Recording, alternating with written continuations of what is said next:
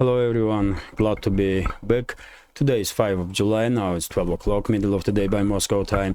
I'm Levan Gudadze and this is my first update today, in which I will share all the main news that are making headlines in Russian media outlets and Russian language pages on different internet platforms.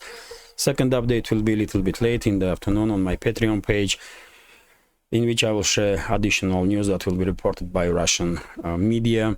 By the way, I do some extra content on Patreon on a regular basis in attempt to generate additional interest among members of our community, so that I will have a little bit more subscribers on Patreon, which is one of the major lifelines for this project. And I will be immensely grateful if you will consider to join my Patreon. We will see a link under this video in the description box or in the pinned comment. And unfortunately, I was unable to upload video for Patreon yesterday because of some technical issues that Rostelecom did have, the company that provides internet to me. And I do apologize to my Patreon subscribers for this. I will make an update today for sure. And since yesterday afternoon, I didn't have the internet from Rostelecom, and they did manage to deal with this issue just about half an hour ago. So hopefully I will be able to upload this video and second update on Patreon. But anyway, that's been said, let's talk about news now, and I will start with Ukrainian special military operation. And first of all, let me give you a quick summary of the situation on the front line. I will start with Kherson region. It's mainly artillery duels between the sides.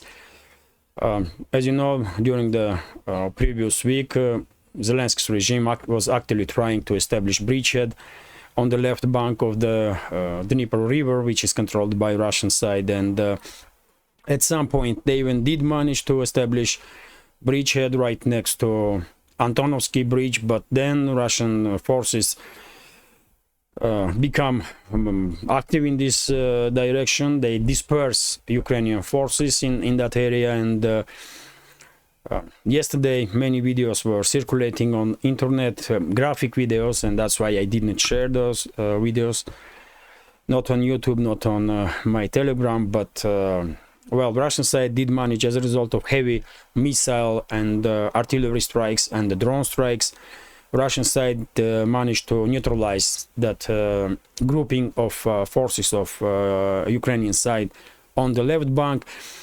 It's quite possible that a few dozens of Ukrainian soldiers are hiding on the left bank and are trying now probably to cross the Dnieper again and go back to right bank of the river. But when it comes to general situation, Russian side is in full control of the left bank, and the sides are mainly using artillery to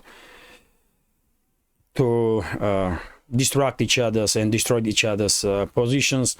When it comes to Zaporozhye sector of the front line and South Donetsk sector of the front line, it's mainly operational pause still, even though Ukrainian forces did become a little bit more active in direction of Rabotina here, Orekhovo sector of the front.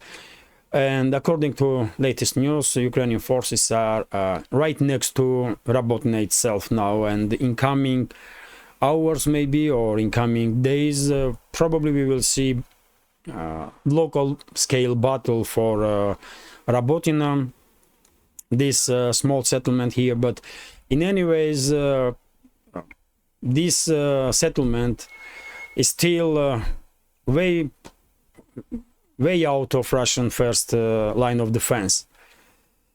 So Ukrainian forces did manage to establish bridgehead in Orekhovo direction, but when it comes to some significant success, they cannot say that they did manage to achieve any. And same goes for direction of Pitikhatki Zherebyanki, where for last couple of days situation is quite quiet, and sides are basically exchanging artillery fire. situation is also quite in direction of this bridgehead that Russia has between Uglidar and Gulyai-Pole. After initial activity of Zelensky's regime, especially during the first week of this so-called counteroffensive, operational pause was established in this area also, and at least for now, Ukrainian forces are unable to conduct any more or less successful operation. When it comes to Donetsk direction, it's usual hot points, Marinka and Avdiivka. Russian side, there are some reports on Russian segment of internet that Russian forces did manage to not just repeal some counteroffensives, local-scale counteroffensives that Ukrainian forces were conducting during the previous 24 hours, but also improve their own positions a little bit. But yet again, this totally destroyed city is still disputed between the sides. I did share quite a few times videos from Marinka, and probably all of you are familiar to level of destruction that has been done to this city as a result of heavy clashes between the sides. When it comes to Avdiivka direction, it's also operational pause. Time to time, both sides are trying to conduct some local scale offensive operation just to improve positions a little bit, but nothing in the significant scale which will influence entire situation on this direction. Bakhmut sector or Artyomov sector of the front line is much more active. In the southern flank, it's Ukrainian forces that are trying at least to conduct offensive operations in the direction of Klishevka and Kurdyumovka, but they don't really have any significant achievement in that area. But in northern flank of Bakhmut, it's Russian forces that are trying to improve their positions. And by the way, yesterday, Zelensky's regime did try to conduct yet another offensive in the direction of Birkhovka, this settlement here.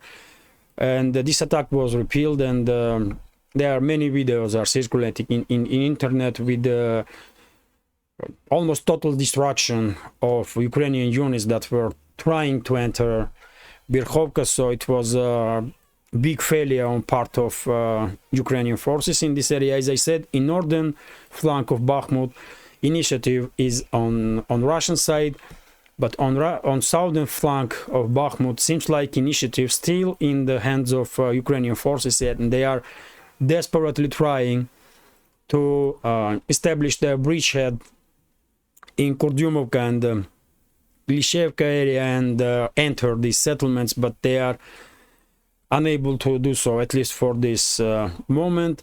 When it comes to Seversk direction, it's a usual story. Belogorovka is a hot point. Sides are fighting for control of this area, but mainly it's artillery duels, and same goes for Kupiansk direction.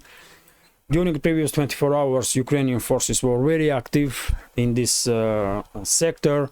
They were artillery basically of Ukrainian forces were very active. They were shelling Belgorod and Kursk regions of Russian Federation. But when it comes to ground operations, initiative in this area, in Kharkov region, in Kupiansk direction, initiative is on Russian side. And as I said in many previous updates, I believe they are strong indicators that in fairly short amount of time, Russian side will probably conduct significantly large scale counteroffensive or offensive operations in this area.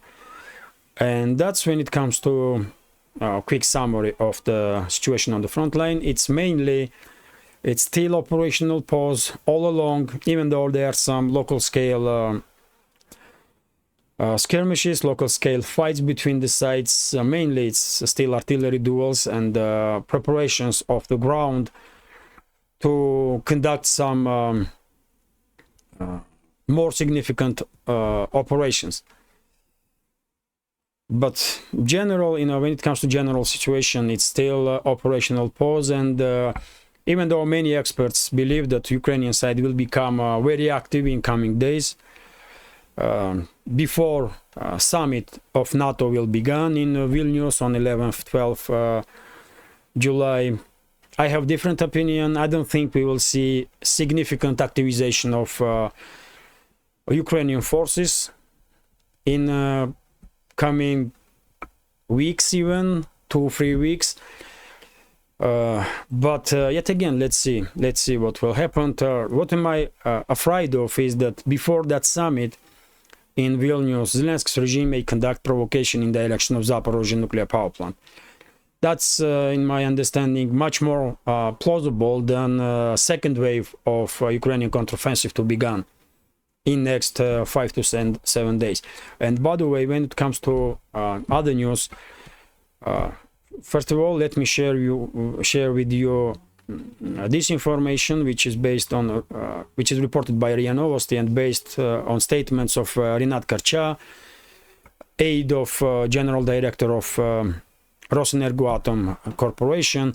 Yesterday afternoon, Karcha did made a strong statement that Zelensky's regime is planning to conduct provocation in the direction of Zaporozhye nuclear power plant during the night between 4th and 5th of July. That's previous night. And Karcha was saying that Zelensky's regime has plan in the place, and they will use missile strikes and drone strikes on Zaporozhye nuclear power plant. And by the way, it did not happen. Previous night was quiet in direction of Zaporozhye nuclear power plant, and let's hope it will stay this way. But yet again, risk is too high that Zelensky's regime will conduct some kind of provocation in direction of ZNPP, and will use this development as reasoning to ask for more money, to ask for more weapons, and for more involvement of NATO in this conflict, maybe even direct involvement. And by the way, if we take in account that Zelensky's regime is not acting independently, all the steps are coordinated by Washington and London, then danger that risks that after nuclear provocation that Zelensky's regime may conduct, NATO will become much more involved in this conflict is quite high. But yet again, thankfully, yesterday night, on previous night, there was no provocation, no nuclear provocation, which is, I mean, just imagine how crazy these times are, that we are almost on daily basis now at risk of nuclear provocation. It's just unbelievable. It's just unbelievable. And by the way, there are different scenarios that reported by different media outlets and different pages on internet. And most popular, if I may say this way, scenario, or most discussed scenario in internet, in Russian segment of internet, is that Zelensky's regime will probably use missile strikes, will strike Zaporozhye nuclear power plant with missiles, and these missiles will have warheads with some radioactive materials in it.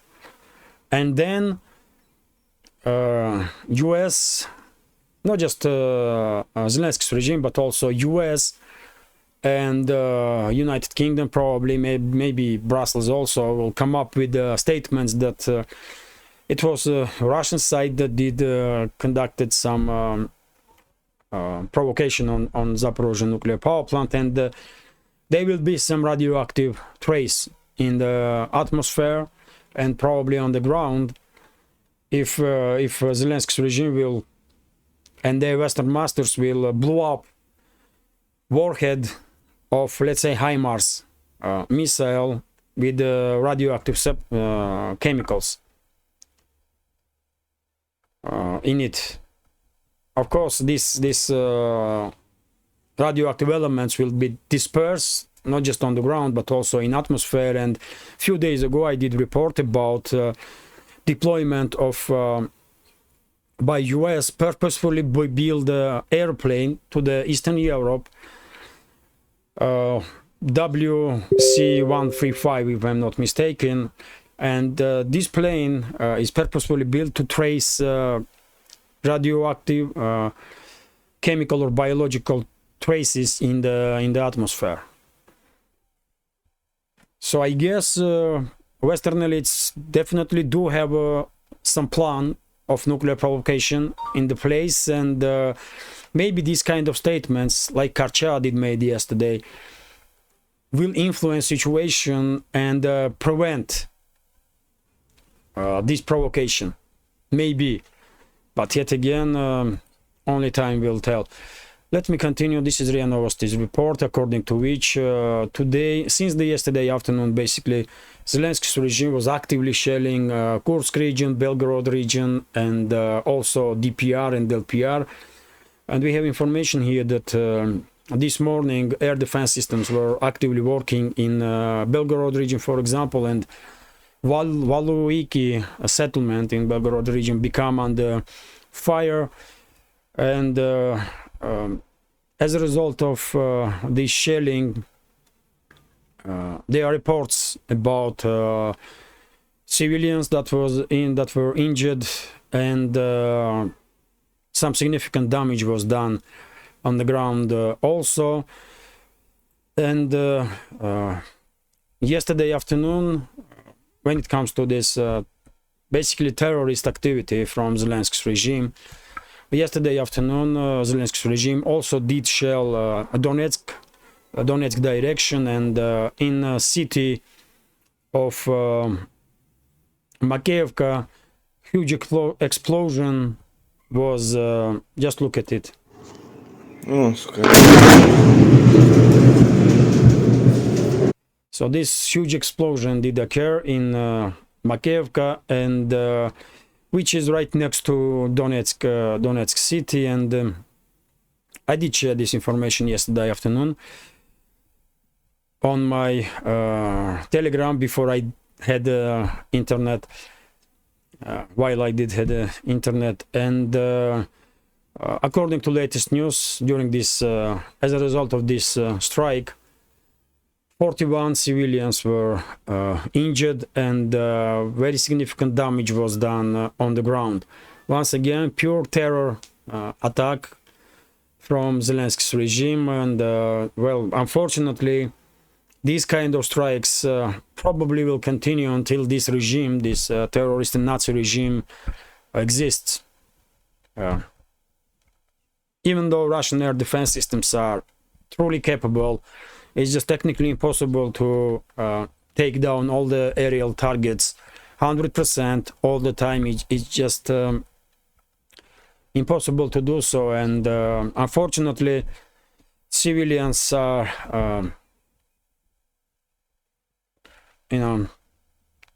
civilians are paying heavy price for this terrorist activity of Zelensky's regime. Let's continue. This is RT's report. So Ukraine is shifting now its counteroffensive focus, according to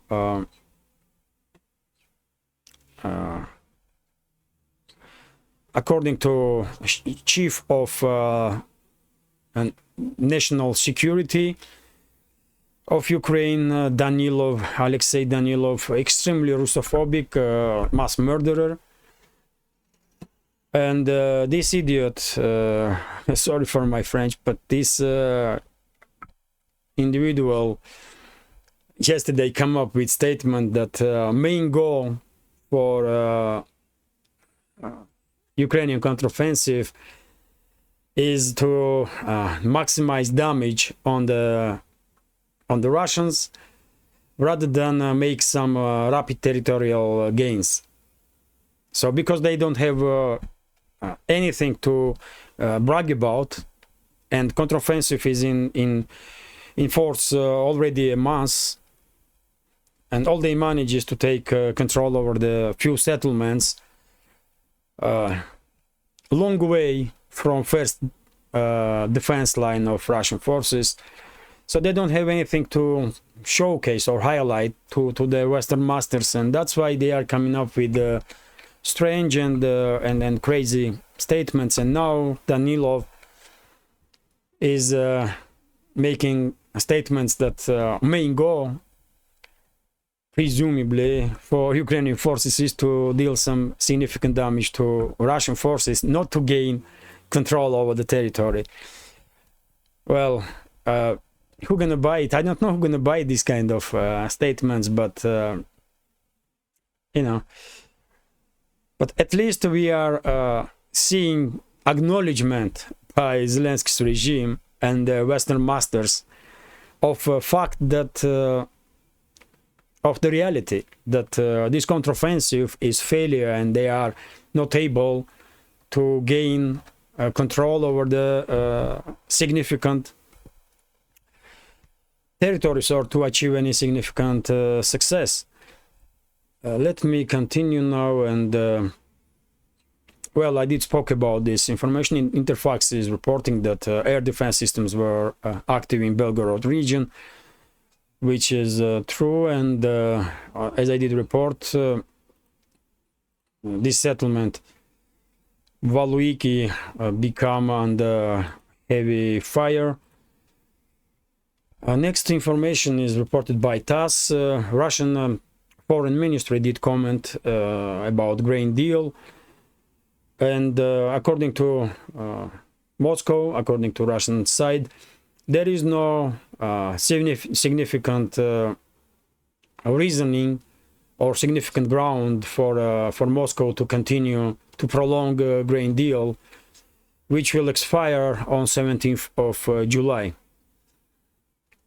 And it seems like this latest attempt from Brussels to somehow persuade Moscow to continue grain deal, which is that Brussels come up with initiative that they will connect to SWIFT new financial institution, new bank, if it will be created by Rossельхозbank, and payments may go through that newly created bank. But I don't think Russian side is happy with that that kind of deal, and the foreign ministry did made statement about it also. And well, it seems like, at least for now, Moscow is determined to shut down this deal after 17th of July, because as it was stated many times from high-ranking Russian officials,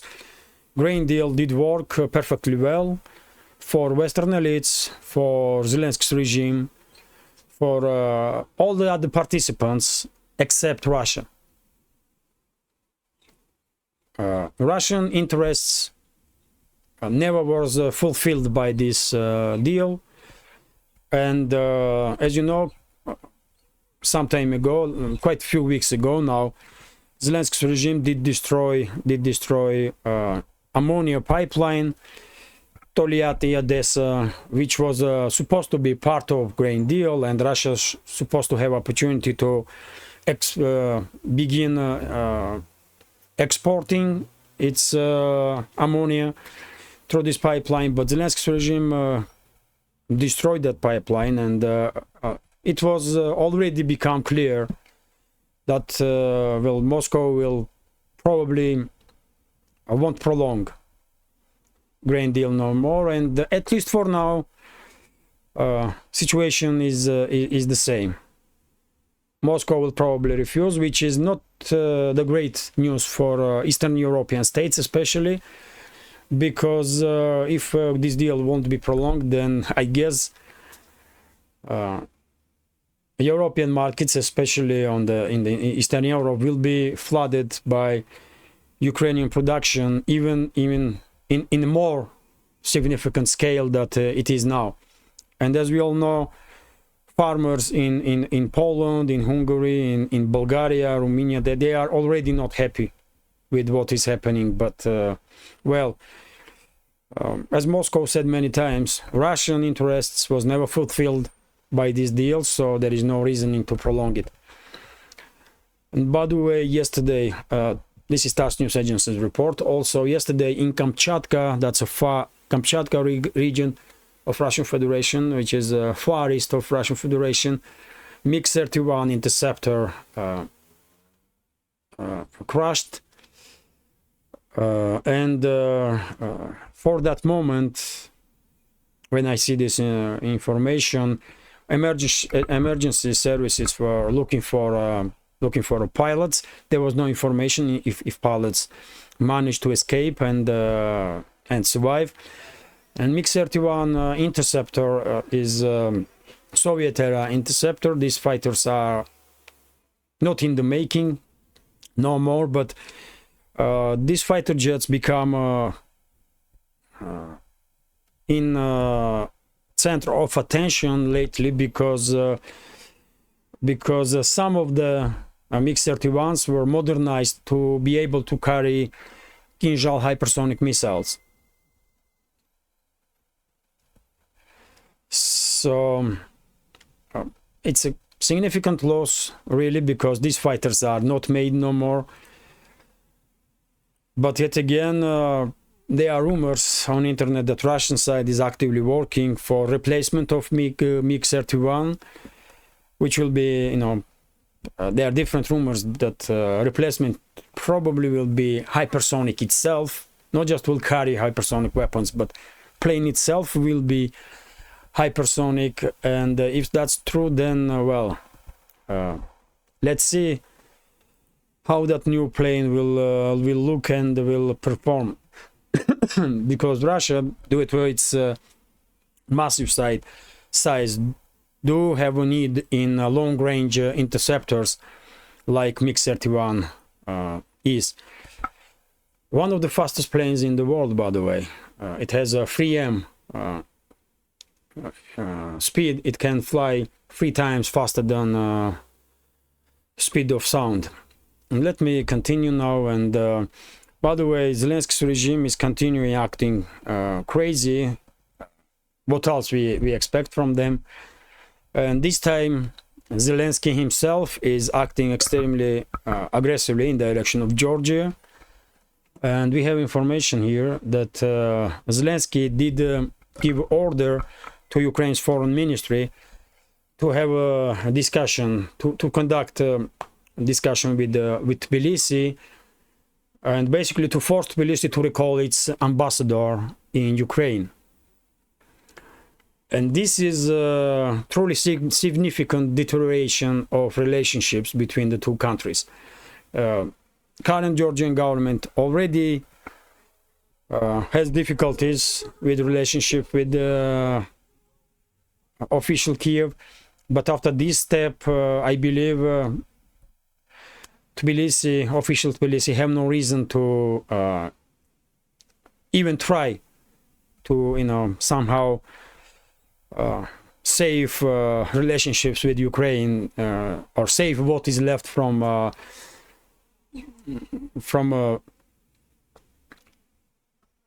great relationship that was between the sides like 5, 7, 10 years ago. Zelensky's regime destroyed basically good ties with Georgia, and they are escalating further. So basically, they are now demanding from Tbilisi, not Russian, but Georgian ambassador to be recalled. So what else? Maybe they will cut diplomatic ties with Georgia also. Nuts. It's crazy what is happening. But yet again, that's Zelensky. We all know that the Georgian high-ranking officials did make statement quite a few times that Zelensky's regime was almost openly demanding from Tbilisi to open second front against Russia and sacrifice basically interests of Georgian society and Georgia itself for Ukraine and for the geopolitical interests of the Western elites. I mean, how crazy Zelensky and his associates are that they were demanding almost from Georgian government to sacrifice their country and interests of their people for Ukraine. And geopolitical interests of the Western elites. But yet again, this quite well highlights how out of touch with reality all those criminals and mass murderers and Nazis are in leadership of Ukraine. And next news is quite interesting. Also, RIA Novosti is reporting that Beijing did cancel a visit of Joseph Borrell to China, which is quite embarrassing to be frank. This visit should take place this month, if I'm not mistaken, but it seems like Chinese leadership is not happy with the current activity of Brussels, especially dependence of Brussels on the US when it comes to foreign policy. And as we know, some leaders in EU now almost openly are saying, talking about decoupling of economies, European economy from Chinese economy, which is madness on its own. But of course, Beijing knows very well that these policies are forced on Europe by Washington. And probably this is one of the reasons why Beijing don't see any reason to have a talk with Borrell, because if current leaders of EU are not true decision makers, then you tell me what is the point to have any discussion with them about anything. If you remember, just recently, a few months ago, Macron, for example, was one of the leaders of the EU also. He is not EU official, he is president of France, but still one of the leaders of this quasi-state that have been created in Europe under the name of European Union. And Macron was in China, and after that visit, he did made quite adequate statements for a week or two, and then probably somebody did have the chat with him, somebody from true rulers of Western world, and Macron did change his opinion straight away. And well, definitely it will be the case with almost any other European politician, because they are not independent. They are just puppets of Washington. They are puppets of true rulers of the West, and that's why I don't see reason why Chinese leadership should take these people as equal when it comes to weight in modern geopolitics. That's it, really. And once again, this step from Beijing does highlights confidence of Chinese leadership, confidence in their strength. And by the way, I'm absolutely sure Europe will be in much better place if if EU had good working relationships with Russia. Europe will be in much better place in geopolitical terms and in every other term, really. But well, we all know how European elites are acting. Majority of European elites, with few exceptions, and they basically single-handedly destroyed relationships with Russia for no reason whatsoever. But it is what it is, man. Let me continue now. A few more news about... yeah, that's also interesting. TASS is reporting that Israel did end its military operation in Jenin refugee camp. As you know, during the previous days, there were yet again clashes between the sides and confrontation. That now we have a statement that Israeli forces are leaving Jenin refugee camp, and hopefully situation will stabilize but yet again, I mean, some miracle has to happen to achieve long-term peace in this region, because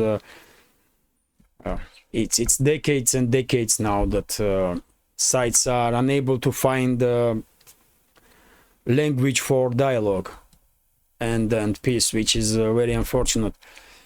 Let me continue. RIA Novosti is reporting that Putin, during his meeting with the Prime Minister of Russia, Mishustin, did spoke about economy, Russian economy, and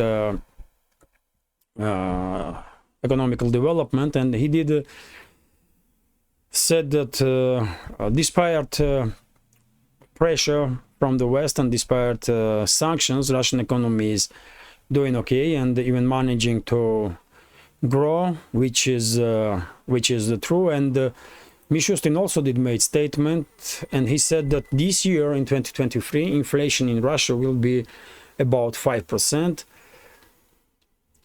which is yes, economy is holding,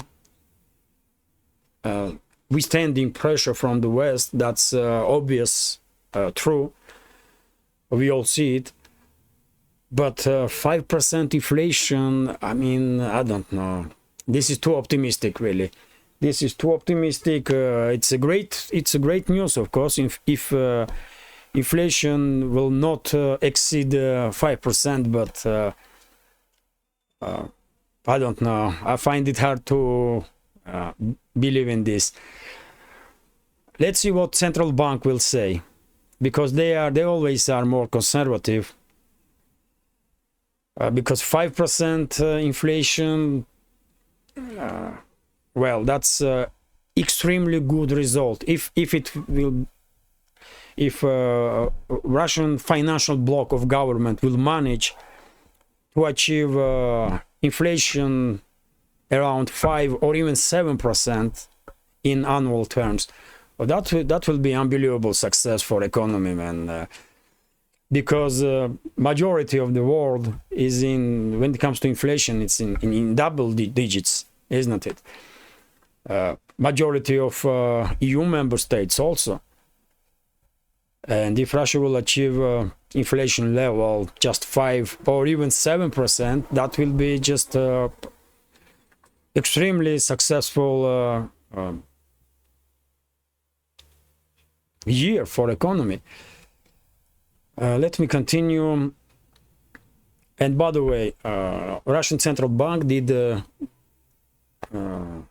try to explain current slide of the ruble, national currency, and Central Bank is,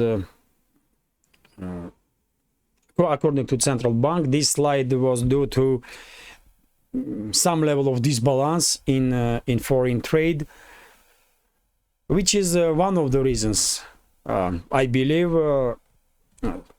Second reason, in my opinion, is that, and this is just my personal opinion, is that big Russian companies that are oriented on export do benefit from ruble's weakening, and federal budget also benefiting from weak ruble, because after exchange of foreign currencies, federal budget is receiving much more rubles. And by the way, if central bank, if Ministry of Finances did manage to keep inflation under the 10%, then, well, I mean, that will be kind of miracle, really. And this slide of rubles won't be play some extremely damaging role, because well, if prices will stay more or less, if prices won't rise more than 5 or 7 or 10%, then I mean, we ordinary citizens probably can deal with this. and same time, by weak, with weak ruble, big companies will also benefit, and the federal budget will also be in better shape. So it's, as I said quite a few times before, it's balancing act. I mean, central bank have to balance between level of ruble, how weak it will allow ruble to be, and inflation. But yet again, if inflation will be under 10%, then it's okay. And this current slide of ruble, won't play